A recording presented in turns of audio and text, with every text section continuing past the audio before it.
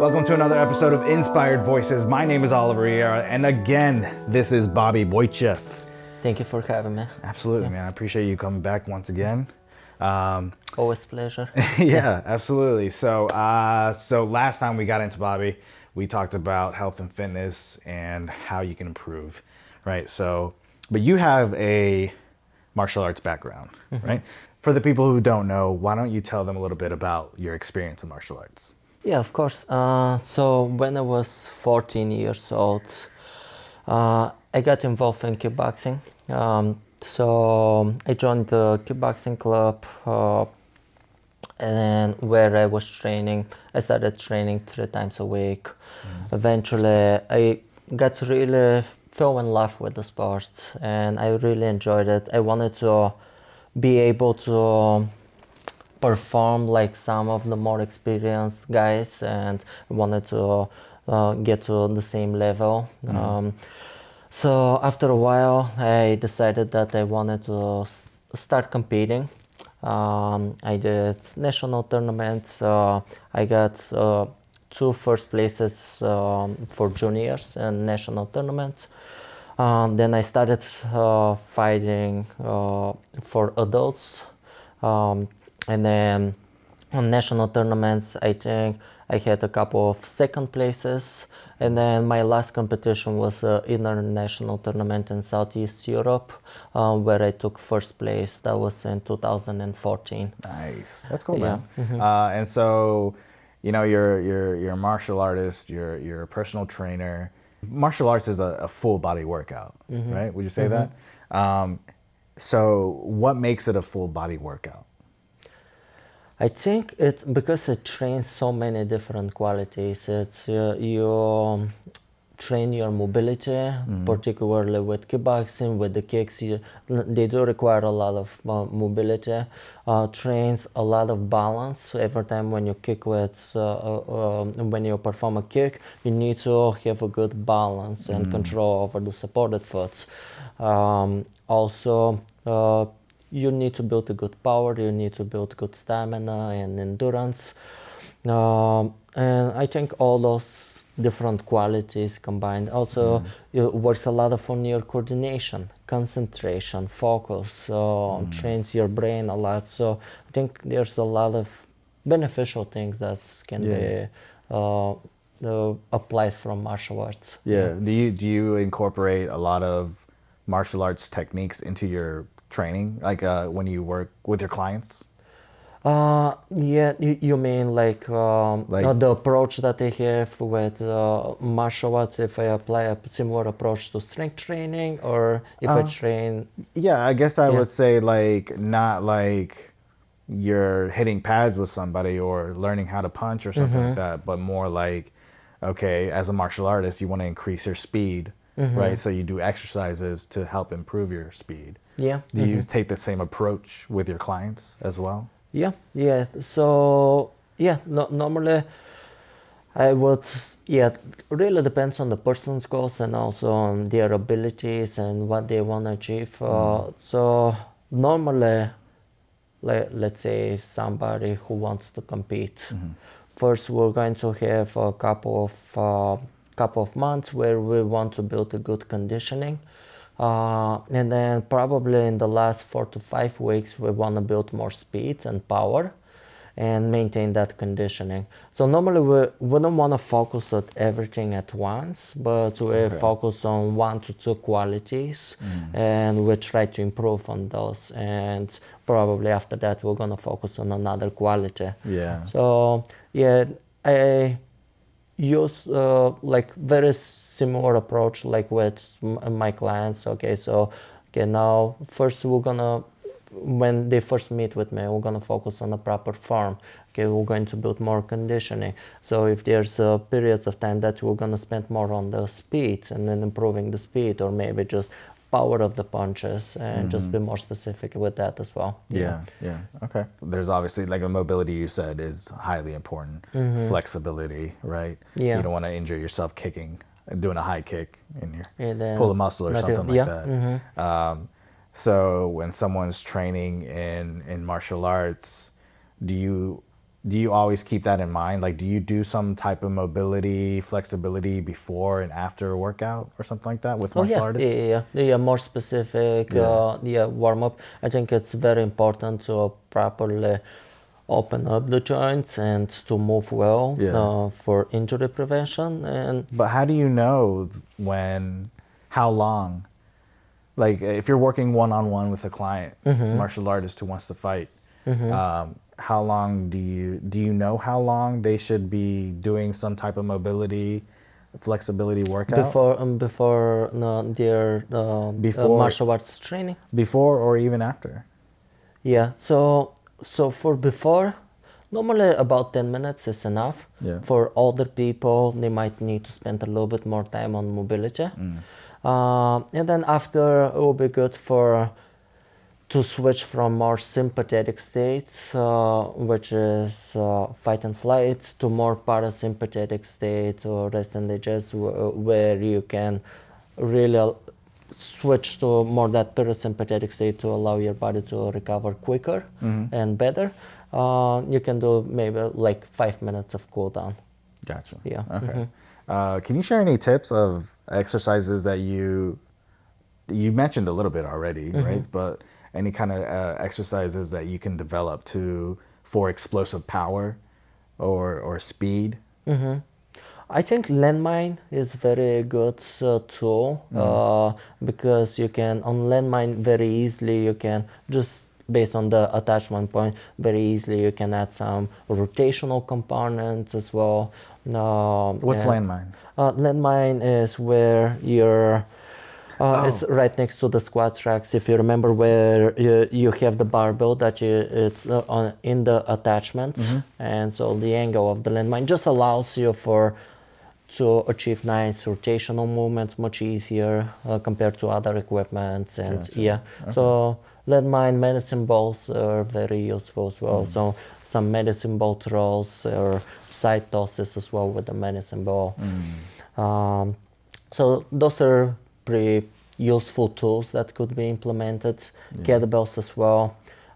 If you improve your lower body power also, that's going to help with upper body power and strength. So that's also important. Also working on your core to connect your lower body to upper body, because you'll know when you punch, you're not just relying on your arm. You want to involve your whole body into the punch to be able to really utilize the whole body into the punch. And you've trained fighters, right? So what's your experience with training fighters? Like, do you have a lot of experience with that field, or? So first, when I was in Bulgaria, I was working at the gym for 2.5 years before I moved in US. And in this gym, initially I started with, so there weren't any boxing or kickboxing classes yet, so I started with 0 people, eventually with trying to market through marketing and trying to find people, go to introduce myself in schools as well, so people know me in the area. And eventually I started getting more and more people involved in the classes. And then there were some people that they had interest in competing. So they wanted to go to the next level and challenge themselves. Gotcha. And then we went to national tournaments. We did, I believe, 7 national tournaments with them. On the last tournament, actually, before I moved to US, the last national tournament that we did, one of my guys, he took a first place. Nice. So that was a really nice moment to see. He was already competing for a year and a half, I believe, if I'm not mistaken. And it was nice that he finally reached that goal and to see cool, how hard he worked as well to achieve it. That's gotta feel good for you too, like as a coach, right? It's like validating. It felt good. That's also it was mainly his dedication and work, but also my support and guidance, like a teamwork. So it was nice to see that we were able to achieve that. You're such a coach. That was such a coach answer. Yeah. No, it's the team. He was doing it. But yeah, it's vice versa. It's like if it's like no matter what I try to like whatever I try to coach the person, if the other person doesn't respond well to the exercises or really is not interested, yeah, there's like it needs to be from both sides. Yeah. Do you, so when you're training people, can you tell that they're not really, they say they want to fight, but they don't really want to fight? Can you see that in them? Yeah, yeah, maybe sometimes you can, it depends. I've never said to anyone, you need to fight. Oh, right, no, but yeah. if they say they Yeah. want to fight, but you can tell through the training that they're not really putting in an effort to try and be the best that they can or something Yeah, like that, you know? yeah.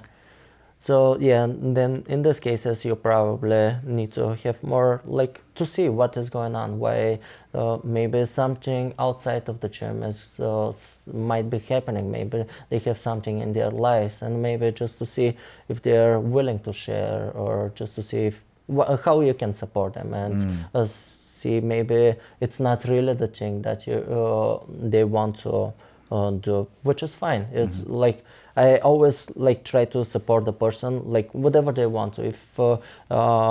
If they're not really willing to invest themselves in doing something, I'm totally cool with that. So probably they might spend their time and energy in something else that they more enjoy. And just trying to see. Right. Yeah. As a coach, I guess you really have to involve yourself into that person, that fighter, right? Like not just in the gym, but what's going on outside the gym and stuff like that. Yeah, more personal approach, and I think it's very important part of the coaching process, because you need to like consider all the different aspects, how you can really help this person to achieve high level. That makes sense.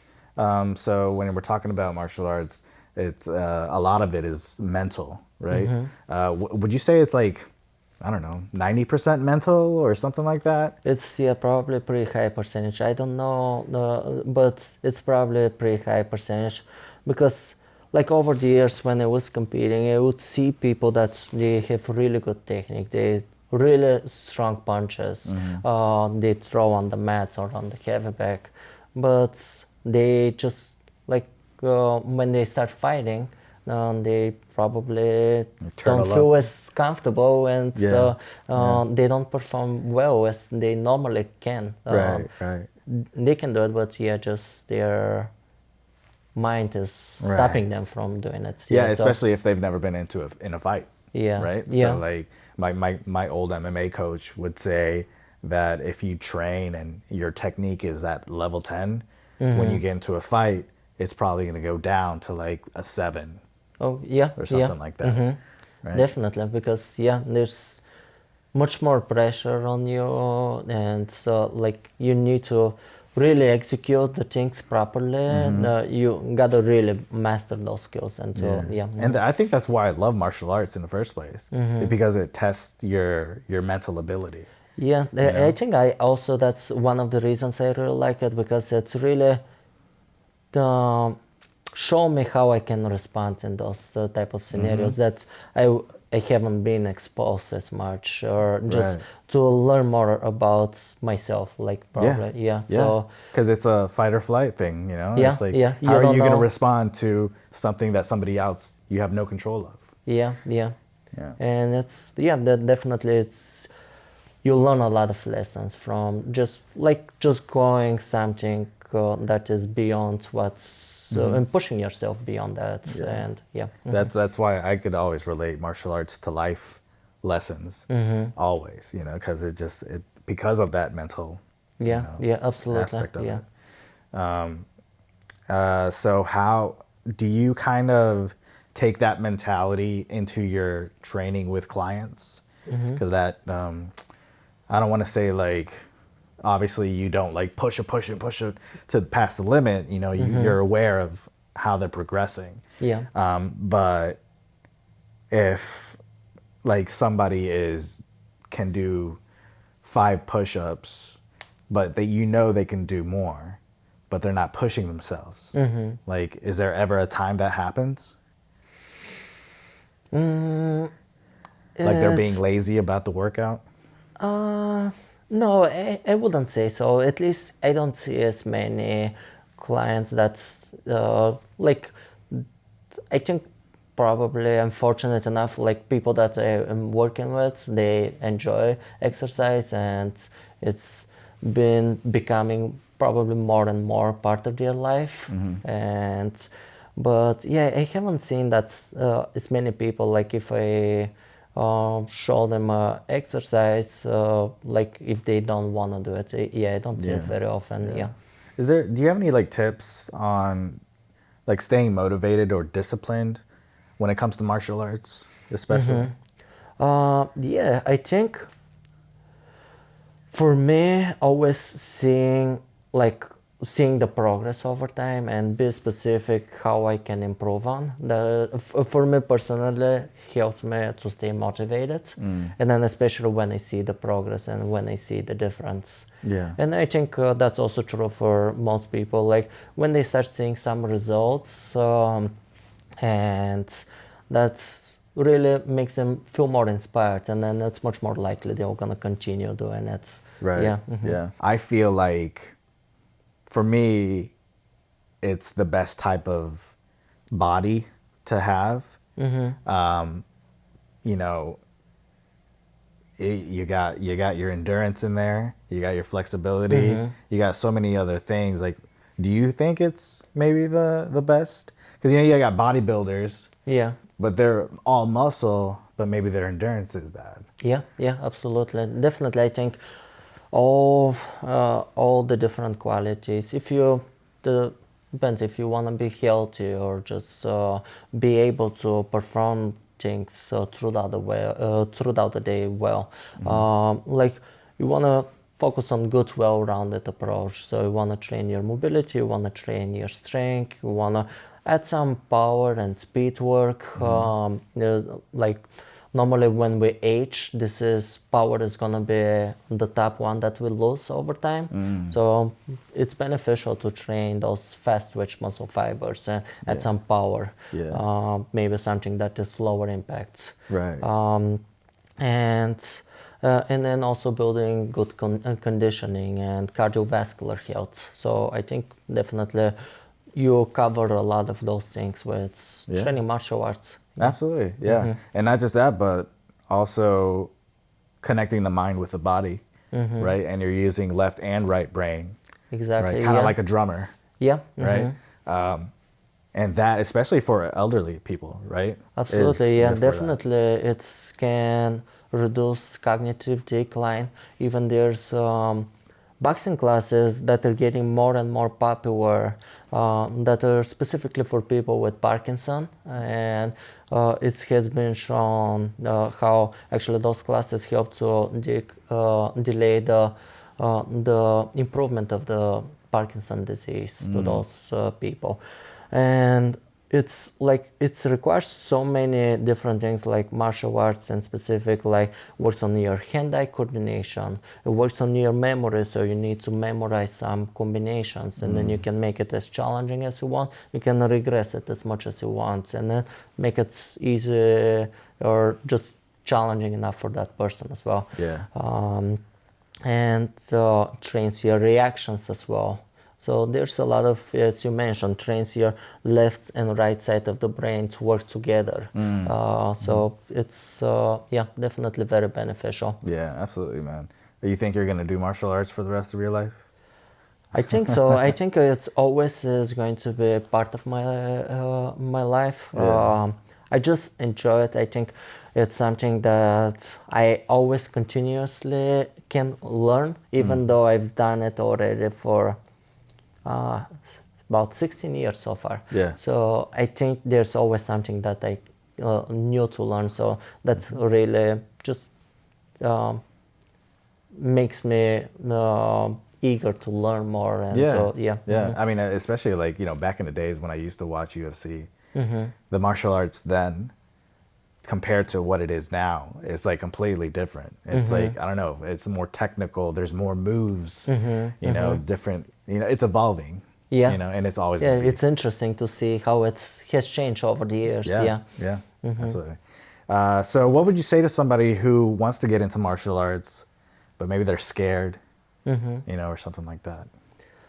Yeah, I think it could be definitely something that is intimidating for people at first. I think they can either decide just to try a single class and see if they like it at all. Like start small, just try a single class, see how you like it. Or maybe even like nowadays there's so many information online, maybe just try to get familiar with some of the movements on YouTube.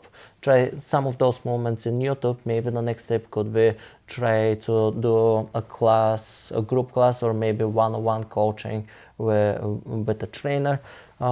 Just really depends on your personal preference, but just try, see how you like it, and then if you enjoy it, yeah, there's a lot of benefits that you can get from it, and it'll be like could be like very beneficial. Yeah, absolutely. I would say probably the same thing too. Like that's kind of how I started. Is me and my friend would go and he would come over and we would look up YouTube videos of how to do some jujitsu moves or something like that. Yeah. And we would kind of practice it, and then we would, you know, free flow and stuff like that. Yeah. And then when I got into, like, I was intimidated to go to an MMA gym when I first started. I was like, I don't know, all these tough guys and stuff like that. Yeah, the same. Yeah. I never imagined that I went to that first class.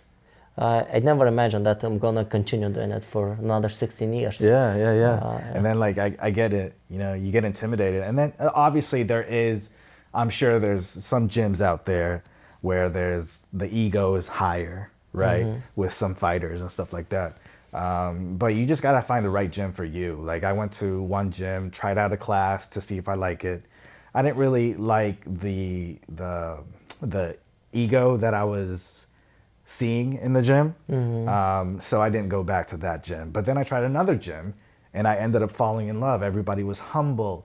Everybody was so kind and understanding of where everyone is and their progress and stuff like that. So not one gym is going to define what a martial arts gym is really about. Yeah, definitely. It's very important to find the right community and be in a good supportive group of people. Yeah, Absolutely.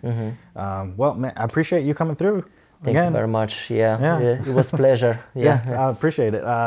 So if you have any questions or have a different perspective, comment down below, ask a question. If you have any questions for Bobby, obviously, as well. We'd love to hear from you and get a different perspective. So other than that, I hope you like this episode.